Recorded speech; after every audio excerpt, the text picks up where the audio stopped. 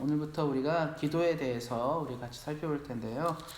예수님께서 이제 그 선을 이루기 위해서 필요한 것들을 세 가지를 얘기하시면서 구제와 기도와 금식을 얘기하셨는데, 오늘부터는 우리 기도에 대해서 우리 함께 살펴보면서 은혜를 나누고자 합니다. 학교의 교육 과정을 살펴보면 필수 과목이 있습니다. 필수 과목은 꼭 들어야 되는 과목이고, 전 과정을 통해서 어쩌면 가장 중요한 기초가 되는 과목이기도 합니다. 특별히 이제 한국 사람들은 한국 교육 과정에서는 한국어가 반드시 들어가게 되어 있고요. 또 하나는 이제 한국 국사가 포함되어 있습니다. 한국인으로서 한국 사람이 자신의 언어와 말을 잘 사용하지 못하면 안 되는 것이고요. 또 마찬가지로 우리가 어떻게 왔고 어디서부터 시작되는지 우리의 뿌리를 모르게 되면 안 되기 때문에 이 한국사 역시 중요한 부분입니다. 신앙생활에도 필수 과정 같은, 필수 과목 같은 그런 부분들이 있습니다.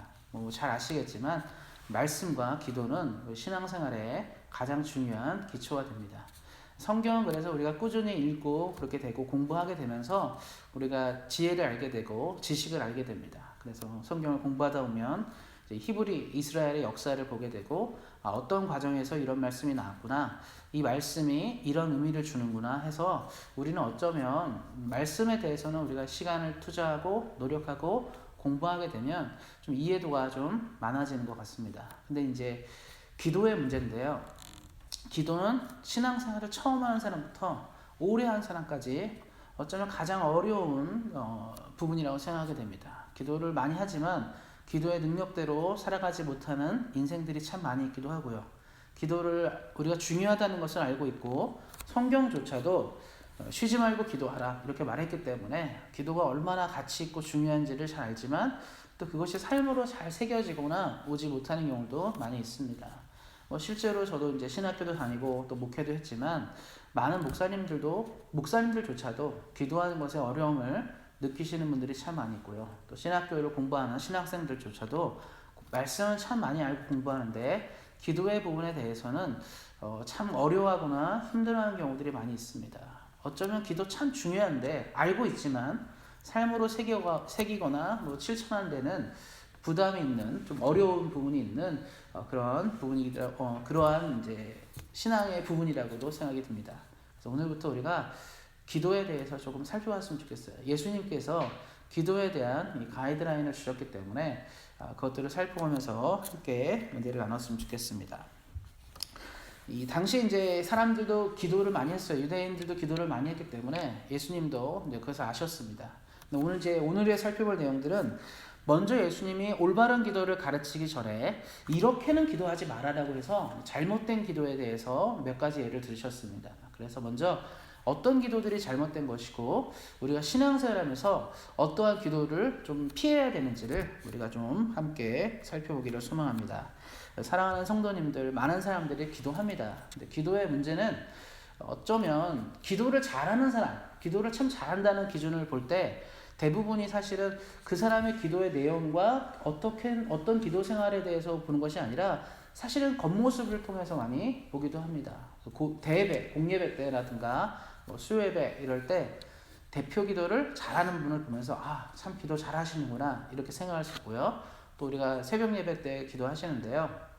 남들보다 기도 시간이 많이 길거나 2시간, 3시간씩 기도한다는 얘기를 들으면 참 기도를 잘한다 이렇게 생각할 수도 있겠습니다. 근데 예수님 당시도 이것은 좀 중요한 부분이었던 것 같아요. 기도는 어쩌면 하나님과 내가 만나서 하나님의 은혜를 알고 하나님의 뜻을 알고 그런 시간들인데, 이 당시 사람들은 기도가 많이 변질됐습니다. 그러니까 어떤 식으로 변질됐냐면, 기도를 한다는 것이 사람들이 볼 때 나는 기도 참 잘하는 사람이야, 누가 보도 이 사람은 기도에 뭔가 있는 사람이다, 이런 얘기를 듣는 것을 좋아하게 되었습니다. 그래서 보통 기도는 우리도 그렇지 않습니까? 새벽에 와서 기도할 때 웬만하면 또 개인 기도할 때 불 꺼놓고 기도하기도 하고 조용히 기도하기도 하고 뭔가 좀 드러내지 않고 기도를 많이 하려고 하는데요. 근데 이 당시 사람들은 기도할 때 일부러 길가에서 기도했어요. 큰데, 광장 같은 데서. 그러니까 우리를 치면 이제 누구나 지나다니는 곳에 가서 딱 서서 기도하는 거죠. 하나님, 나는 이런 사람이고 이렇게 살았습니다. 하나님 은혜에 감사합니다. 이렇게 기도합니다. 그래서 사람들은 그 사람들을 보면서 기도는 저렇게 해야 되는데 나는 자신이 없어서 기도를 그렇게 못하는구나. 이런 일들이 자꾸 생기기 시작했다는 것이죠. 그래서 예수님 당시에는 기도 잘하는 사람들은 다 어디 있냐면 광장, 길거리에 있었습니다. 사람들에게 내가 얼마나 기도를 잘하는 사람인지를 보여줬다는 것이죠. 이유가 뭐냐면 딱 하나예요. 신앙생활은 성경은 처음부터 끝까지 한 가지를 얘기합니다. 하나님 앞에서 하는 거예요. 하나님 앞에서 신앙생활하라고 성경은 강조합니다. 이제 그래서 이것이 이제 라틴어로 얘기할 때 코람데오라고 얘기하는데요. 아마 한 번 정도는 우리 신앙생활 하시면서 들어보셨던 말일 것입니다. 코람데오. 코람이 앞에서라는 뜻이고 데오가 하나님이라는 뜻인데 하나님 앞에서 신앙생활하는 것이 매우 매우 중요합니다. 우리는 주변 사람이 나를 어떻게 보느냐가 중요한 게 아니라 하나님이 나를 어떻게 평가하는지에 대해서 삶의 투자를 많이 해야 된다는 뜻이에요. 그런데 이 당시 사람들은 코람데오가 아니라 사람이었어요. 사람 앞에서. 옆에 있는 사람이 나를 어떻게 생각할까? 우리 친구들이 나를 어떻게 생각할까? 우리 가족들이 나를 어떻게 생각할까? 내 주변에 있는 많은 사람들이 나를 존중해 줘야 되는데 이거에만 집중하다 보니까 하나님을 향한 진실한 기도가 사라지게 되었습니다. 그러니까 유대인들의 기도는 본심이 아니라 이게 포장되는 거예요. 화려하고. 기도하기 위해서 우리가 어떤 마음을 가지고 하나님께 나아야 됩니다. 하나님, 내 마음이 이렇게 상했습니다. 하나님, 내가 이렇게 속상합니다. 하나님, 내가 이런 소망들이 있습니다. 하나님, 내가 주님의 은혜 없이는 살아갈 수 없습니다. 이런 기도가 동반이 돼야 되는데 유대인들의 기도는 뭔가 이렇게 화려하고 대단한 기도만 하는 것이죠. 사람들이 볼 때, 와, 저 사람 정말 대단하구나. 저 사람을 정말 훌륭하게 사는구나. 기도할 때 그러는 거야. 나는 이웃을 많이 사랑하고 있고, 나는 많은 사람을 도와주고 있고, 나는 예배도 빠지지 않고 늘 하나님께 나옴으로 감사합니다. 뭐 이런 기도만 하는 거예요. 기도의 마음에 내가 얼마나 부족한 사람이고, 내가 얼마나 연약한 사람이고, 하나님의 은혜 없이는 살아갈 수 없다는 고백을 하지 않습니다. 왜냐하면 그걸 우리가 들으면 어때요? 아유, 저 사람은 또 저런 죄를 짓고 살았구나. 저 사람은 저런 문제가 있구나. 저렇게 사니까 힘들지. 이런 얘기를 듣고 싶지 않으니까 이런 기도는 안 하는 거예요. 그래서 주님의 은혜로 사업도 번창하고 있습니다.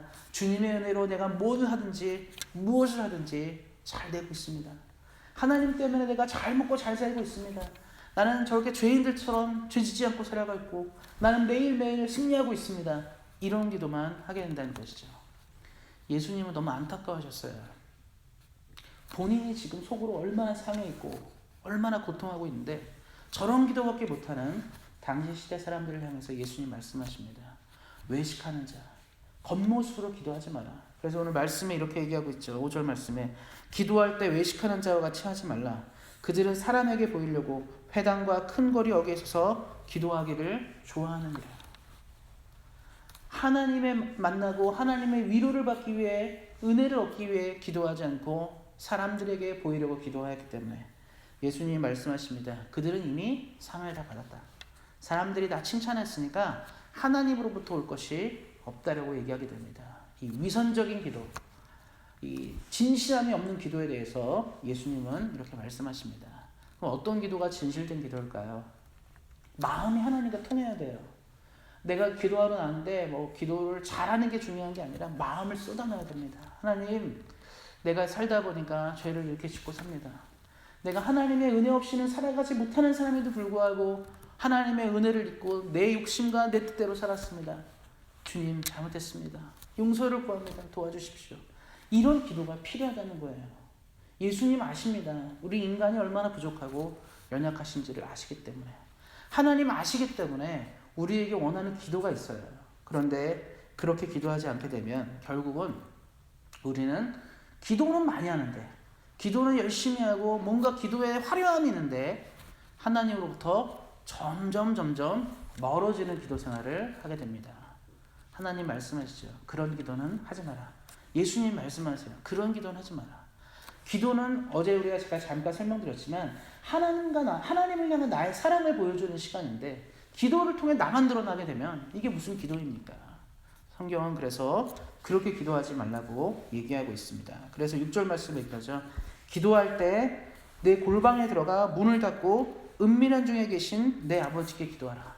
은밀한 중에 계신 아버지께 기도하라. 그래서 이 말은 기도는 그래서 공적인 자리에서 기도하지 말고 집에 처박혀서 문 닫고 조용히 기도해라 이런 의미가 아니에요. 은밀한 중에 기도할 때 우리가 주로 어떻게 되죠? 우리가 누가 보지 않을 때 우리가 진짜 속마음을 얘기하게 돼요. 하나님한테.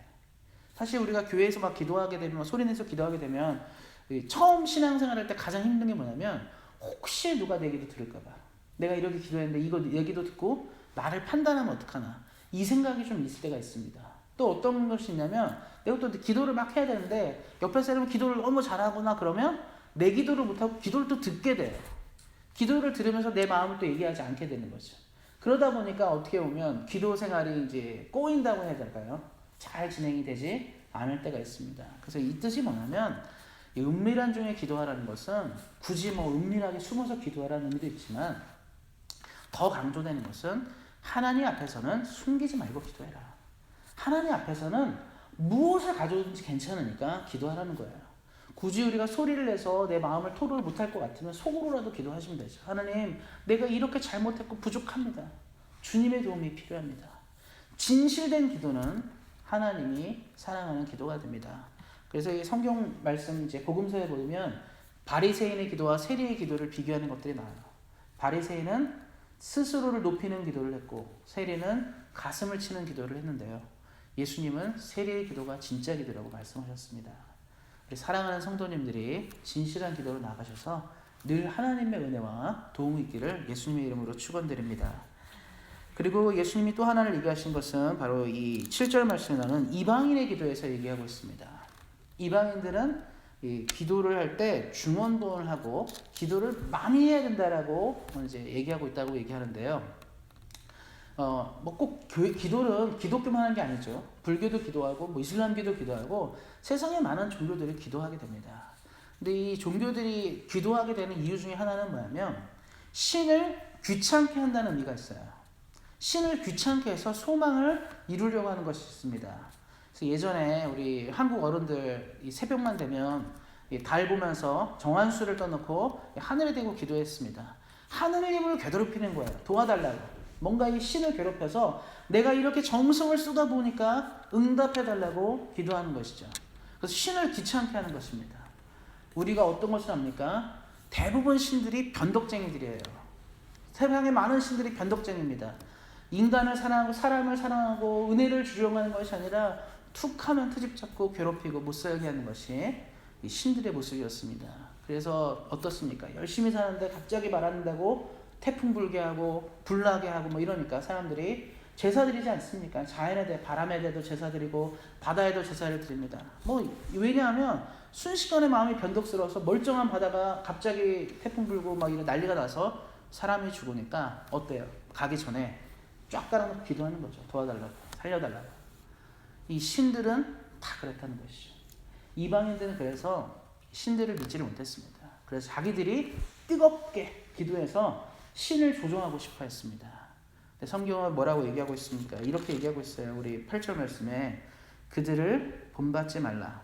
구하기 전에, 그러니까 우리가 어떤 기도를 하기 전에 너희에게 있어야 할 것을 하나님 너희 아버지께서 아시느니라.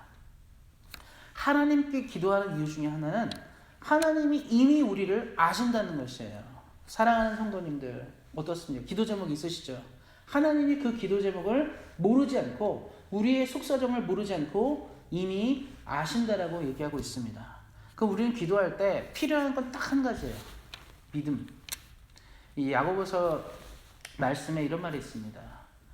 항상 기도할 때는요, 믿음으로 기도하지 않으면 우리 마음이 바람에 밀려 유동하는 이 물결과 같다고 얘기하고 있습니다.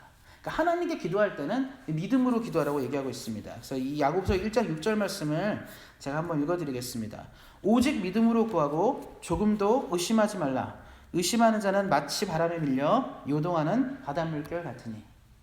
이 믿음으로 기도하라는 것이죠.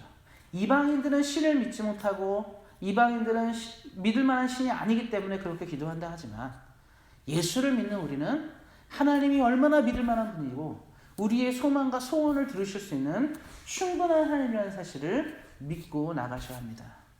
믿음이 없는 기도는 이룰 수가 없게 됩니다. 기도는 양의 문제가 아니에요. 기도를 10시간 했으니까 응답되고 20시간 했으니까 응답되는 게 아닙니다. 우리 성경에 보시죠. 수많은 기적들, 이 교회 역사에서 수많은 기적들이 나올 때 기도가 엄청 많이 들어가서 병이 나는 게 아닙니다. 기도를 엄청 많이 했으니까 기적이 난 것도 아니라는 사실이에요. 대부분의 기도는 딱 하나죠. 믿음이 동반됐습니다. 우리 예전에 한번 설교했었는데요. 이 사도행전의 이제 3장에 보면 이 안진뱅이죠. 이 걷지 못하는 사람이 일어나는 역사가 있습니다. 베드로와 요한이 그들을 보고 이 나사렛 예수의 이름으로 일어나 걸으라 했을 때 그를 보고 기도했죠. 하나님의 마음을 담아 기도했는데 여러분 그게 사랑하는 성도님들 10시간 20시간 기도했습니까? 아니에요. 짧은 시간. 하나님께 기도하고 하나님 이 사람이 낫겠습니까? 이렇게 기도하고 믿음으로 선포했습니다. 그래서 우리에게 필요한 건 딱 한 가지예요. 양도 아니고요. 어떤 시간도 아니고 딱 한 가지죠. 믿음입니다. 이방인들에게 없었던 믿음, 이방인들은 신을 향한 믿음이 부족했고 또 그 신도 그것을 들어줄 만한 힘이 없었기 때문에 그렇게 기도했지만 우리가 믿는 하나님은 얼마나 위대하십니까? 사랑하는 성도님들의 속사정을 이미 알고 계시고 그 속사정을 통해서 하나님의 꿈을 이루실 것입니다. 오늘도 내일도 그래서 우리는 믿음으로 기도하셔야 합니다. 우리가 두 가지 기도를 살펴봤는데요. 기억하시고 믿음의 생활, 기도의 생활에 승리하시는 여러분 되시기를 예수님의 이름으로 축원드립니다.